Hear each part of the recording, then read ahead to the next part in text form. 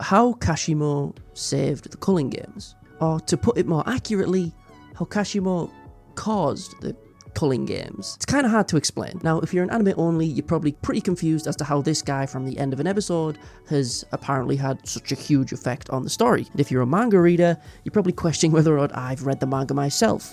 As for me to make such a bold claim like this, there has to be a pretty big reason.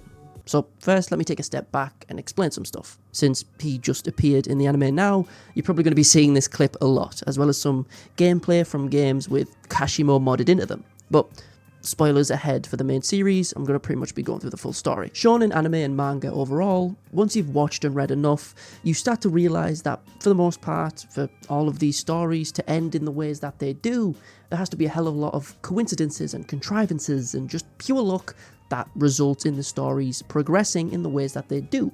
Some series have more contrived endings than others, but that's neither here nor there. Well, what does that have to do with Jujutsu Kaisen and in turn Hajime Kashimo, our guy in the thumbnail? Kashimo here is a JJK character whose entire perception in the Jujutsu Kaisen fandom has almost wholly devolved into one of three categories. You either think he's a bum, a farmer, or a femboy who takes it up the bum, or overall you just kind of think he's a fraud. I, however, don't really feel that way, but due to how the fandom perceives Kashimo almost homogeneously in one of these three camps, they really forget his early actions in the series during the Culling Games, and how they affect the story going forward. Am I talking about his fight with Panda, Hikari, or even with Sukuna? No, much earlier than that. Upon his introduction in Chapter 158, Kashimo Hajime creates a rule in the Culling Games after accruing 200 points on his journey to find Sukuna. This rule is one of, if not the most important action to happen in the series. That sounds like a bit much, but let me explain. It's at least the most important thing to happen in this specific arc, and it has a ridiculously huge butterfly effect that causes the main story to progress in the way we see it. Without Kashimo adding this rule, after off-screening some random footage, the series unfolds in a much different way. So let me clarify this. What rule did Kashimo add, and why is it so important to the series and how the arc of the Culling Games progresses? Rule number 9. Players shall be able to view the following information on other players: their name, points, number of rules added, and their current colony. So to boil it down even more simply, with this rule in place, anyone can see which colony other players are in, how many points they have, and obviously their name. Meaning you can find the strongest players, or at least which colonies they're in, as well as their name, so they're much easier to track down. Now, because of this rule coincidentally being added literally the same second that Yuji and Hikari become friends, and Hikari of course agreeing to help Jujutsu High with the Culling Games itself, it allows them to immediately form a plan of attack instead of having to go into these colonies blind. Let's take a step back and ask ourselves, what if? Oh no, not that kind of what if, that was dog water. Hell no. What if Kashimo didn't make that rule? So let's quickly go through this scenario, right? The only Culling Games player outside of the main group that the cast actually knew about is Angel, since Tengen discussed them previously and knows about them from like thousands of years ago, and it was talked about during the big exposition dump. Obviously, we as the audience know about Takaba and Reggie and Higuruma and a couple others, etc., but Yuji and the gang don't.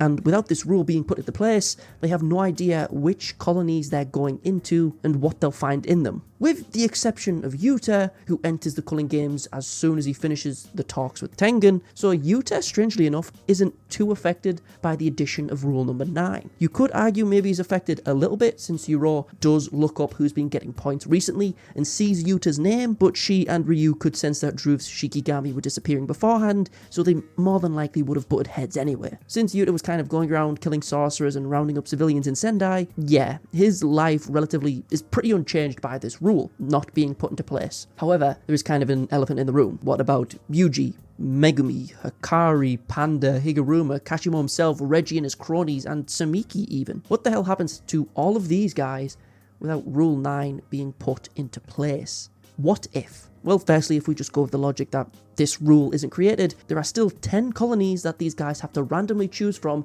and hope that they can either find Higuruma or Kashimo himself, beat them, get their 100 points to make a rule. Well, technically only 9 colonies, since Yuta is going to Sendai all on his own on purpose, so they probably won't go to Sendai.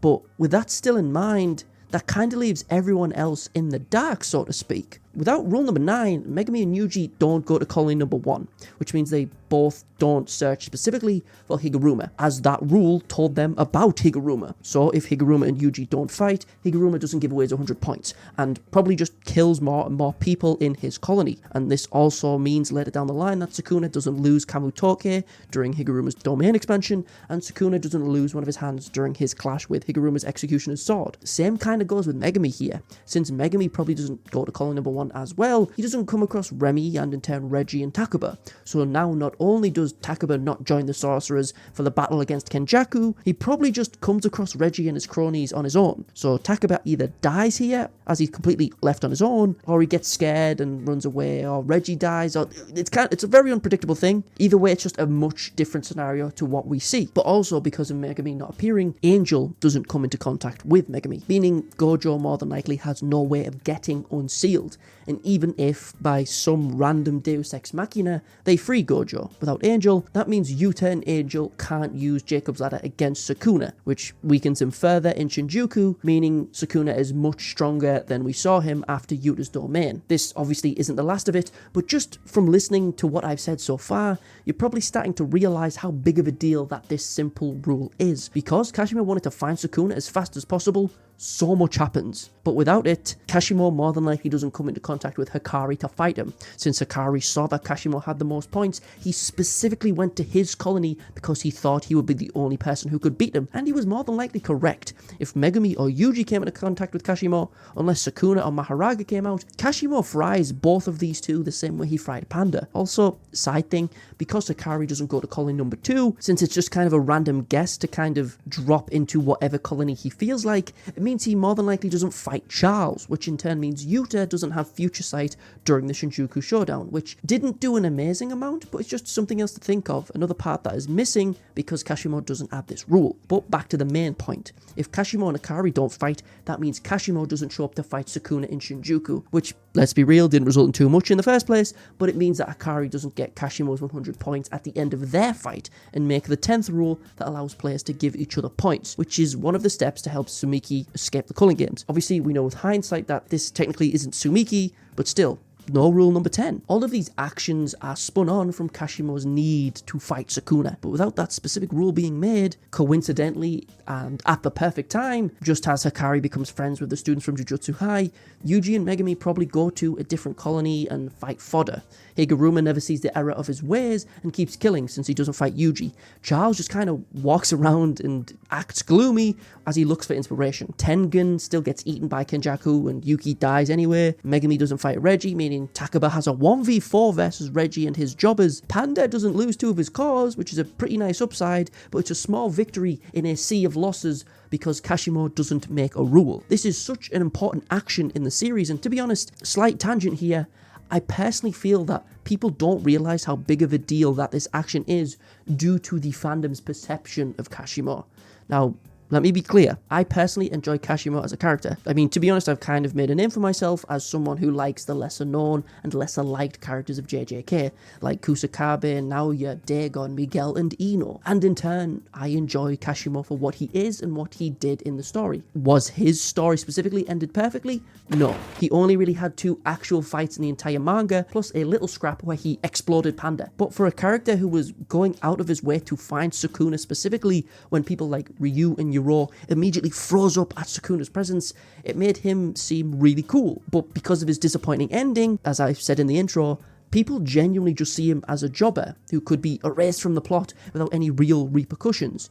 But that is just not the case. I don't care if you see Kashimo as a fraudulent femboy farmer who does nothing but glaze Sukuna and get turned into grated cheese. It is literally impossible to deny that without Kashimo's actions, without Kashimo making that one inconspicuous rule, the Culling Games would have been a random guessing game for each character involved, dropping into random colonies, trying to figure out who has the most points just by randomly asking. Kashimo is the reason the Culling Games could even function the way we saw it in the story. A single rule added at the perfect time resulted in a string of coincidences that eventually lead into the demise of Sukuna. I know that sounds like a stretch, but as I just explained, without Kashimo making this rule, I guess the best case scenario is Maki being used as a scout for each colony to try to determine which colony each player should enter, but even still, They don't know which characters have the most points, so they're just going to have to go around killing sorcerers instead of recruiting them, like we see with Takaba, Charles, Kashimo himself, Angel, and Higuruma, which in turn results in Sukune not being taken down in the same way,